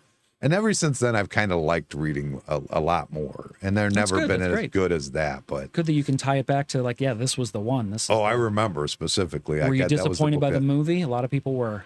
I was very disappointed by the movie. A lot changed. Even Jodie Foster was like, yeah, I'm not doing this. This isn't what this would be. Right. And there was the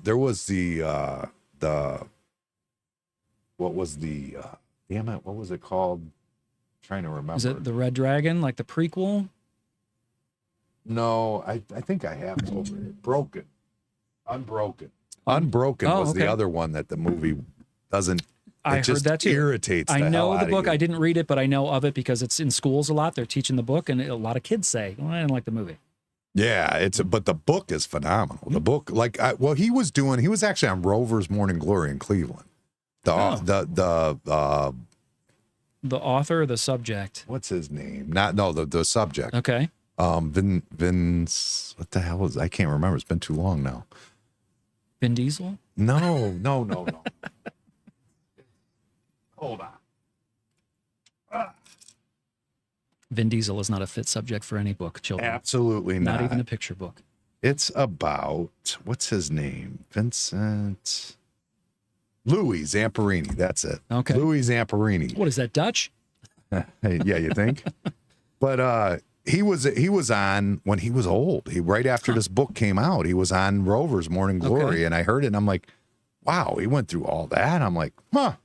And I ordered the book, and it was that book was. That's awesome. This is, I mean, but this is a true story. Well, yeah. I mean, still, and it's like it's cinematic in a way, just the way that it unfolds. Like, how many people live lives like that? That's worth writing down. 40-something days or something like that, you know, and just wild, just absolutely no, thank wild. you. I'll read the book. I'll watch the movie. I don't want to experience that. I'll stay in the suburbs if it means I don't have to experience something that's like what I'm saying. There's worse things to do than be in the suburbs. Yeah. If you're in the suburbs, you know what it means if you're in the suburbs? It means your parents were responsible and loved you enough to get you the hell out of wherever else they probably grew up. I totally agree. Yep. You know, we want a good life for you. We want you to have that's good why friends, you're there. Safe upbringing. You're going to get good schools, good education. Yeah, I don't. And you have to pretend you're an adult and a good one, or the drug addicts will start coming in. You know, they'll start hanging out. You don't want that. Yep. So I mean, it's nothing wrong with the suburbs. No, like I said, these are all just good food for drama. That's all. Oh no, it's in there. I see it. It's embedded in you. I can see it in the book. When I'm reading, I'm like, this guy don't like the suburbs for sure. He's got some. I'd rather live there than suburbs. somewhere else. But like you said, for those reasons, it's that peace of mind. It's that you find like-minded people. You get comfortable. But it's the theater beneath all of that stuff. But there's people now that are different. There's like people like my brother and his wife. Like they live like they're not really in a suburb. I mean, they are, but it's in Homewood over here. But okay. But they do things different. There's some different things going on that didn't go on when we were young. Should hope so by now. It should be evolving. Evolving. It's just like they'll hang out and drink for Halloween. You know what I mean? Well, that's a new thing that didn't happen. When I was I've talked about that a lot with friends, happened. with my girlfriend. It's like, when did this become like parents are pulling wagons with their kids in them? Oh, with beers. Yeah, it's like they're drinking for everything. there's a chapter in here that comments on. Yeah, everything is an occasion where parents are like, we're just going to drink about it. It's wild, right? Yeah. I mean, that's different than the way I grew up anyways. Yeah, somebody was drinking outdoors beyond the projects. The scope of their lawn. That's all they did. Well, in the suburbs, if you broke the demarcation of your lawn or driveway with an open container, you were a problem. Like parents would snag their kids out. It's like, oh, stay away from that guy. Now that guy's your babysitter. Yeah, right. It could be. Yeah. Right? Yeah, go see what he's got to drink. Yeah, that's right. He's probably drinking he's got the IPAs. Daddy can't afford those, so go make friends. Yeah. I didn't grow up in the suburbs. I mean, my grandma was, I guess, what you would consider suburbs. She's in Homewood area, which is a housing development back here. Smaller houses, but I guess it's still considered suburbs. Okay. But like when we lived in the apartments, like my mom would literally like send me to go buy weed for her. Like literally, that's what would happen. Like literally, I mean, it was a friend of hers or whatever, but yeah, she'd like, here's she $20. Come back. Yeah, she would send me over to get the weed from them, and I'd let her run over there, get the weed, pinch a little, and then give it back. Like a good neighbor. I remember one time I went to go, and I don't remember the amount of money. I wish I could remember. But I remember he gave me a nug that was so big. And I don't smoke weed now, but back then I did when I was probably a kid. Still smell it. Sense memory. Yeah, probably. Well, it don't smell like it did then. No, back then it was like, it had a good odor. Now it smells like skunk. Well, yeah, they've been working on it in different ways now. It's a whole different game nowadays. But yeah, I remember that nugget was huge. And I'm sure my mom didn't buy that much. And I took like half of it and just pocketed it. Nobody said nothing. She didn't even care. It's a finder's fee. Yeah, it was no big deal. You're the broker. You get your commission. Yeah, but that's the type of things that go on in apartments compared to the suburbs. Right. It's a little different. Still neighborly. But I think nowadays in the suburbs, they're just smoking weed with each other. It don't matter. Yeah. But I'm still the type, like, if I wouldn't want to smoke weed around my kids, still. If I did, I don't. But if I did, I still don't see why you would do that around your kids. Yeah, I think it's become a lot more lax. I'm sure that there are parents that do. I know our biggest problem in the school last couple of years is the kids vaping. Catching the kids vaping. A lot of them are, putting weed in there. So they're vaping in the schools? That's our number one disciplinary problem 2 years in a row. No kidding. Yeah.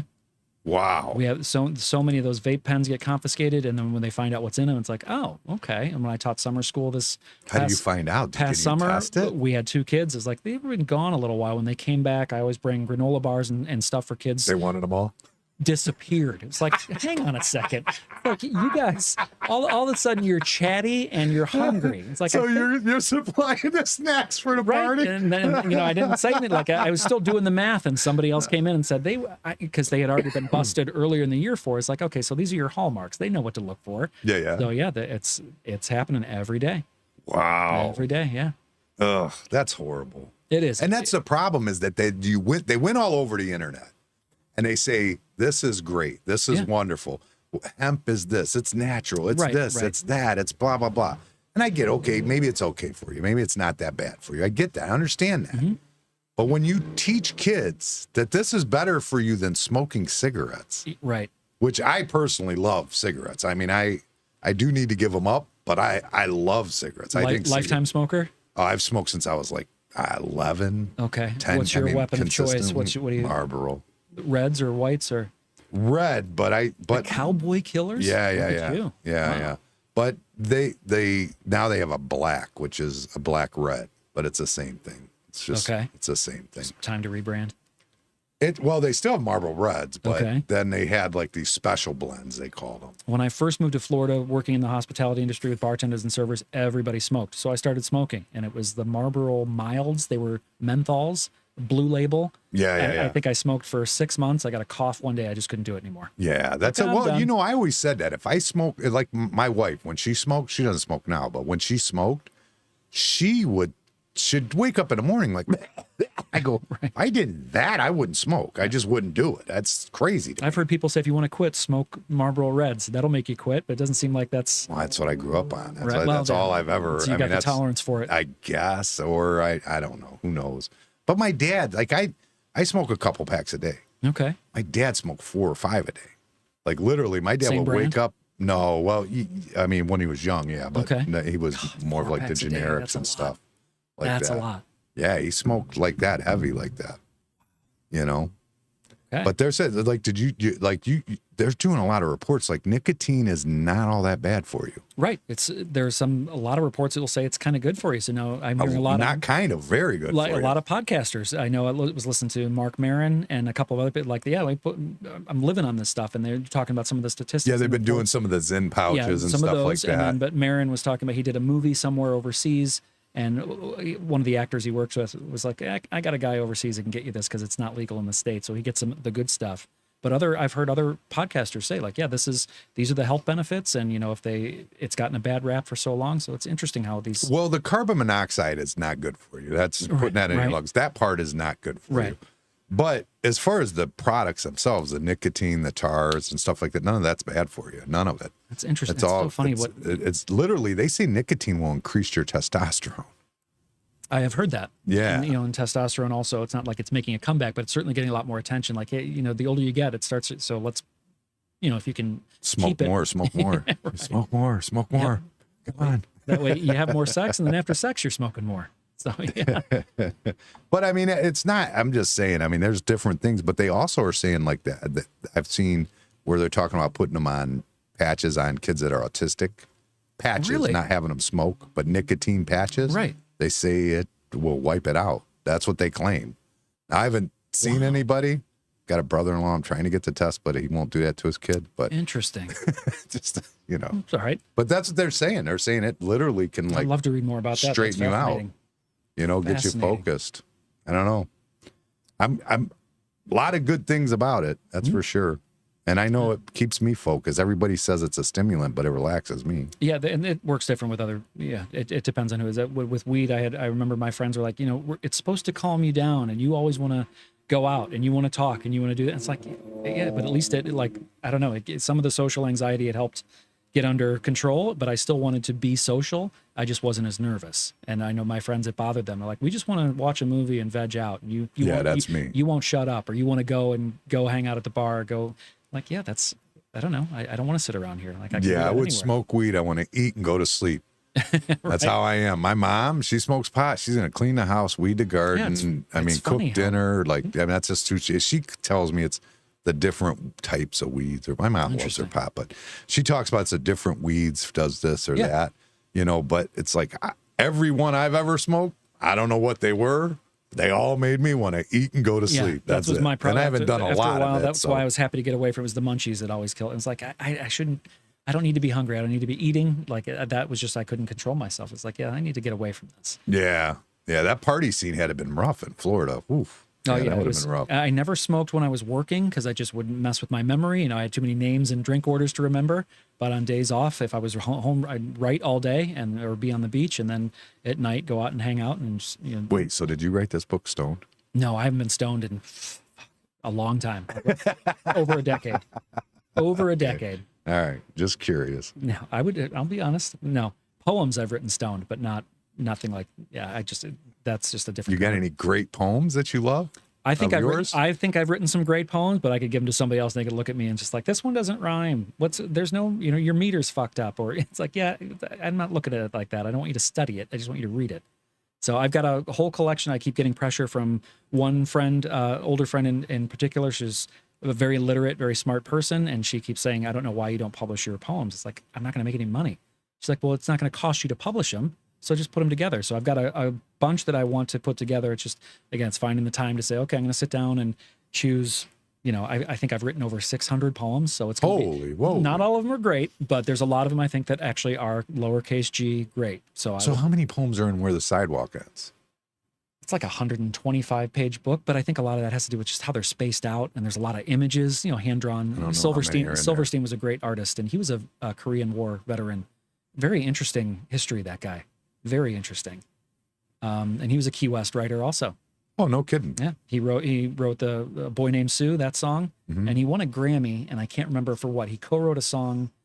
It was either a Grammy or an Oscar, a song that won, you know, for like being in a movie. I can't remember which one it was, but he was a very interesting guy. He and Hugh Hefner were good buddies. Like he had a really interesting private life.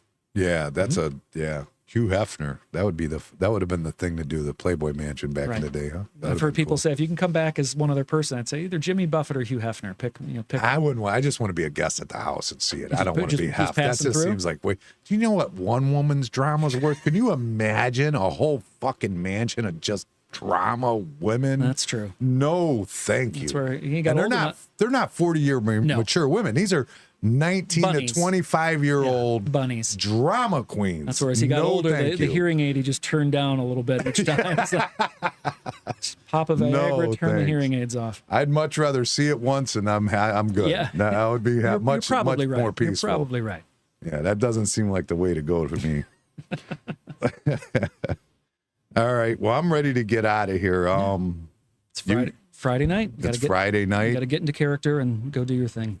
No, I'm going home. Well, I got to get this. I'll get this all uploaded, so it'll be on YouTube and all that. It's live on Facebook right now. Okay. But it'll be out on YouTube and all that. We'll have it up in the next hour. Okay. It'll be up, and then I'll start cutting up shorts. I'll keep an eye on it. But if you get some good feedback or anything, or if you want me to come back, I'd love to. And I really appreciate this. Yeah, you know what? It'd be nice to you'd be a nice person to just come out and do a podcast with. I mean, we don't have to talk about the book, but I've had a lot of different careers and story, and I'll think of some good stories to share. But yeah, I would love to talk and talk bar business and talk. To bring Brandon in with you too. That would be great. Brandon would love it. That'd be good. The whole trifecta. Brandon's more fun. Brandon could be one of the funniest, but I don't know if everybody would get his humor. Like there's so many old, like we've got so many like running jokes. Oh, there's that a history. are like. Yeah, he's hilarious to me, but I mean, we've been telling this shit to each other for I can pick up on that years. Frequency, and I know he dials it down years. When I see him because we're at family events, but I'm sure if he were let loose and let the dog run around the yard, I'm sure he would be a lot of fun. Oh, you know the Hunter's Bomb Group restaurant, right? Oh yeah. So we built that when they moved it from the other side of the airport. That was my company that built that. Okay. Brandon worked for me at the time.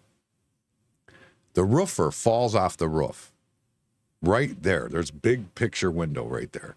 Falls off the roof while he's working on a roof. Boom. Hits the ground. Brandon just starts singing, "It's Raining Men." Fantastic. I mean, He took too soon to the whole nother fucking level. Those are my kind of people. That's all right. I'd rather get the joke fresh. I mean, I don't even know if anybody knew he was okay yet. You know, to him that didn't matter. No, it didn't. It's just the fact that he could make more people laugh than there were people being hurt. So that's his crowd. All right. Well, I really appreciate having you on. It was likewise. Great. Thank you very much. All right, we're getting out of here. Have a good weekend, everybody. Everybody, go get the book, If Anything, a novel by J. Thomas Hoty. Jimmy on the pod, solo act, no quitting. MAHD House Bar Talk, where the drinks stay spitting. Views going wild like a monkey gone rogue. Running his own lane in a circus of smoke. Guido hit the eject, dipped out the